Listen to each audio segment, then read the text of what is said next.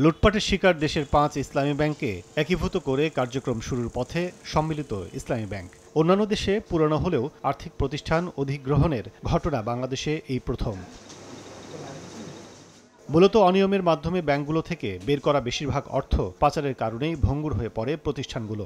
এমন প্রেক্ষাপটে অর্থ মন্ত্রণালয় জানিয়েছে, আপাতত সরকারের পক্ষ থেকে পরিচালিত হবে সম্মিলিত ইসলামী ব্যাংক। তবে কার্যক্রম শুরুর পর ২-৩ বছরের মধ্যেই বেসরকারি খাতে ছেড়ে দেওয়ার পরিকল্পনা অর্থ উপদেষ্টার। সম্প্রতি ওয়াশিংটন সফরে গিয়ে বিশ্বব্যাংকের বাংলাদেশ অফিসে এক সাক্ষাৎকারে একথা জানান তিনি। যে ব্যাংকগুলিকে আমরা মার্জ করছি ওদের মামলা করতে পারার সামর্থ্য, ওরিয়েন্টাল ব্যাংক দেশে একটা পাওয়ারফুল গ্রুপ ছিল, আপনারা জানেন।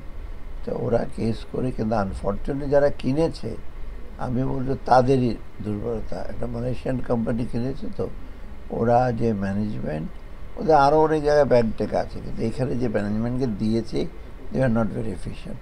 ওরা একটা মনোযোগ দেয় না। নতুন ব্যাংকটা তো আপাতত গভর্নমেন্টের সাথে থাকবে, আমরা চেষ্টা করব বোর্ডটা এবং চেয়ারম্যানের বেটার হয়। আলটিমেটলি এইম হলো 2 বছর বা 3 বছর পর এটাকে আমরা প্রাইভেটাইজ করে ফেলব, স্ট্র্যাটেজিক পার্টনার